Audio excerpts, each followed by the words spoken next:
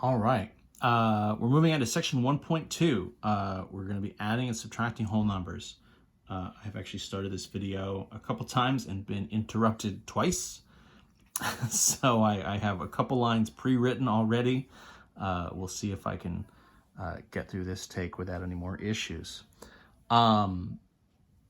So what have we done? So we've sort of established our baseline for whole numbers, right? We sort of talked through the language and a few of the different forms.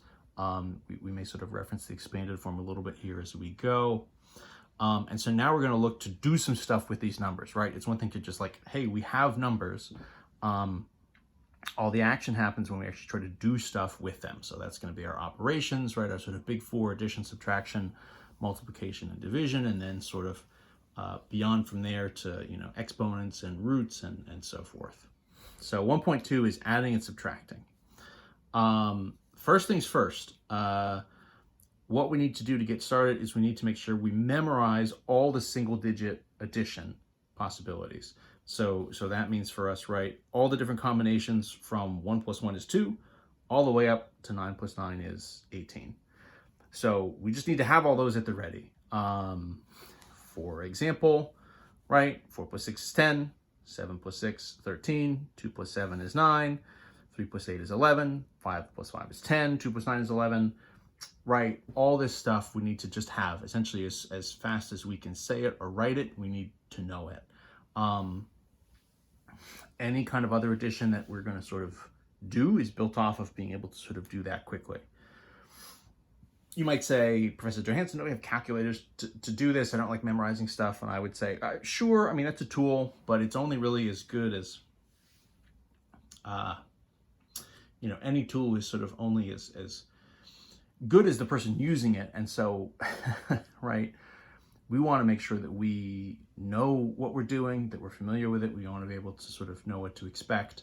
And as we sort of build stuff up that gets more and more complex, we need to have an understanding, an intuitive understanding of all this stuff. So we just have to have these, all these different sort of addition factors locked up. They've got to be sort of in our toolbox. So first things first, make sure that's all set. Once that's ready, then what we can do is sort of shift to multi-digit addition. And then basically the strategy there is to stack and add by place value. Let me shift this up. Let's see, we're sort of getting to where I was in the last one. Spoiling it a little bit. So let's take as an example, right? So 312 plus 54. So the idea is stack it, right? So in this case, 312 plus 54. You have, right, the ones over the ones, you have the tens over the tens, a non-existent, I mean, in some sense, a zero here in the hundreds on the 54. But again, we don't really write the zero in. You can as a placeholder, but it's certainly not necessary. And the basics is you're just going to sort of add the columns, right? So you're kind of adding all the like things together. So for us, you're saying, okay, so I've got 2 in the ones place, I've got 4 in the ones place. If I say 2 and 4 together is 6, I'm going to get 6 in the ones place. Pretty intuitive, right? I mean, that's sort of, if you were inventing this and sort of doing it for the first time, probably that's what you would do. Same thing, move to the tens place, right? So now we're going 1 plus 5 is 6. So I've got 1 10 and 5 tens is going to get me 6 tens in total. And then in the hundreds, I'm going, well, 3, in theory, sort of a non-existent zero. Like I said, you're probably not really going to put that in as a placeholder, but you can, and there's nothing wrong with that. Obviously, 3 and 0 would just leave us with 3.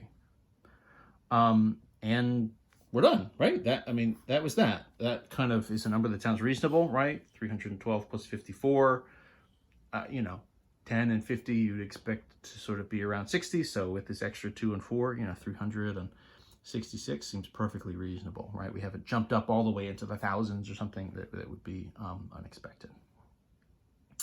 So that all seems fine. And the reason that's fine and we're not really thinking about it too hard is individually in the columns, when we added, we never got anything that was bigger than 1 digit. We never got anything bigger than 9. You might say, well, why is that a problem? I would say, let me show you. So what if I sort of make my 312. Let's, instead of 312, let's do 378, right? And let's make this not just 54, let's make it 74. Okay.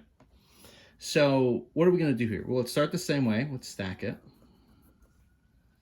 So 378 plus, right, 74. And so what starts to happen here is if you say, okay, so if I add by columns 8 and 4 is 12, just straight off the bat. So what I don't want to do is put a 12 here. I mean, this sort of result is supposed to just be my 1's place value. 12 is sort of a 2 in the 1, but it also is a 1 in the 10's place, right? So if I'm kind of thinking of this, right, 8 plus 4 would get me 12. 12 would be, if I think of this in the expanded form, right, will be a 1 in the 10's and then a 2 in the 1's, right? So it's a 10 plus 2.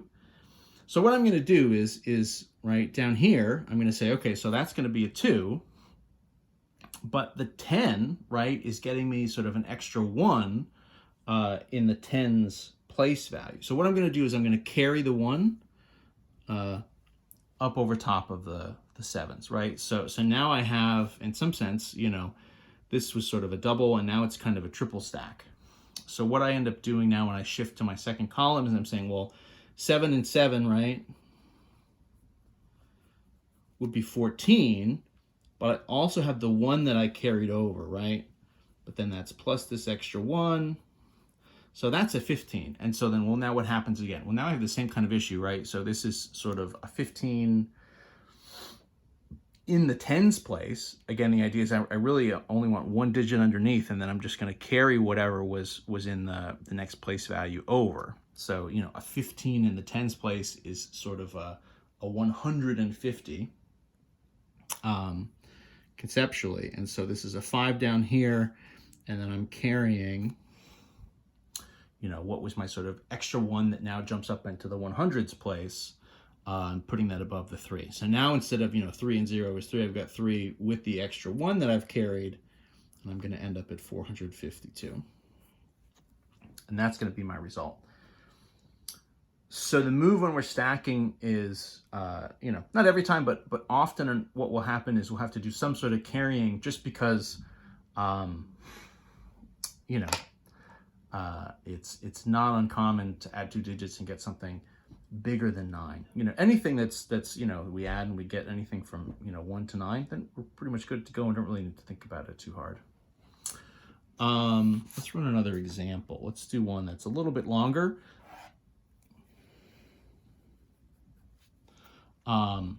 Once we've seen the basics here, it's not really any more complex. You know, I could do something, whatever, 88,024 plus, you know, 5,920 or something, right?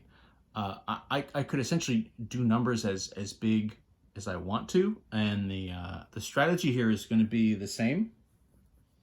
It's just a matter of keeping track of, you know, however many sort of rounds of addition. You know, the bigger the numbers get, you know, in some sense, it's just the more times we add. And really the only issue there is it's just every time we add, in theory, we could sort of make a small error. So if you say, well, you know, adding big numbers is not really by itself any more difficult. It's just, you know, there's, you know, more chances to maybe make a small mistake. And that's fine. Making mistakes is a part of the process. It's not the worst thing in the world. It happens. I teach math. I make arithmetic mistakes sometimes too. So it's not the end of the world. But, you know, it happens. So what do we got? Anything here? I kind of picked these numbers out of the hat. So let's just sort of go by columns, right? So 4 and 0 is 4. 2 and 2 is also 4, so no carrying yet. 0 and 9 is 9, right? So 944. And you're carrying it all. Well, here we go. So 8 and 5, right, would be 13.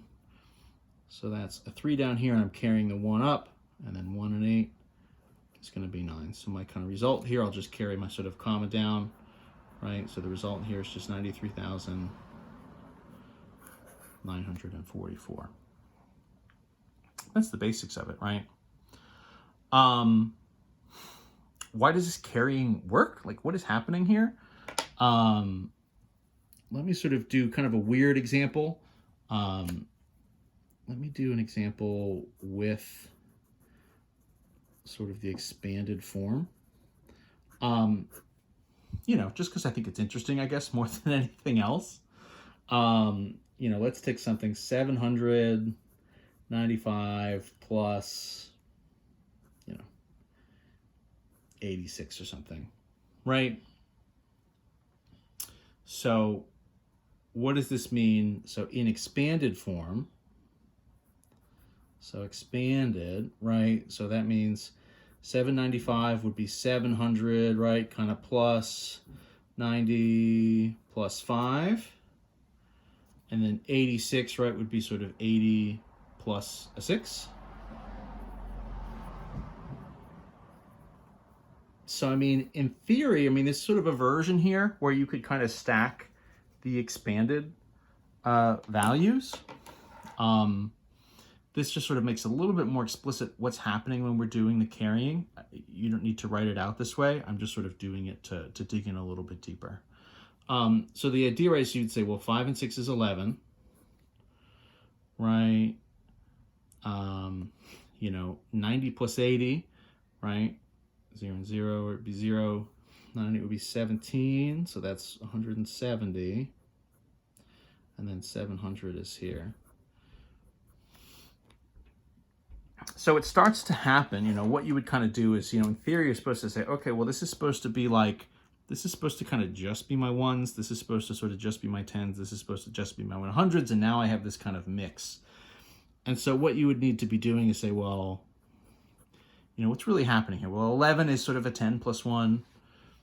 You know, 170 would be a 100 plus a 70, right? And then our 700 is here. And so in some sense, what sort of happens is you can kind of see the carrying happening, and it's almost a regrouping in this case, which we'll talk about in a second. So you'd say, well, so my 100s, right? So my ones is 1. My ones is 1, right? So I've got 1 there. 70 and 10, right? So this is sort of the 70 that I had plus the 10 that's sort of carrying from the 11, right? Would be kind of an 80. And then this 100, you know, the 170 gave me this 100 that sort of now sort of carries and adds to the 700 is 800. So now you're saying, okay, so 800 plus 80 plus 1 would be 881. That's not particularly efficient. I mean, it's, you know, maybe a more mathematically kind of like sound way to kind of show all of the possible steps that you could, but you're not required to do that. You know, the idea with our sort of stacked addition here is it's really a shorthand for sort of keeping track of what we're doing, right? So you're saying, okay, in the expanded version, you know, 11 becomes 10 and 1, and then the 10 goes here in groups with the 7, with the 70 rather, right? 170 that I was getting there, right? This becomes like 100 and the 70, so the 100 groups with the 700. You know, it's a little clumsy, but it sort of shows kind of more in detail what's actually kind of happening when we're carrying. I'm going to pause this video there. We'll sort of keep going in the next one with some addition properties and a little bit of vocabulary.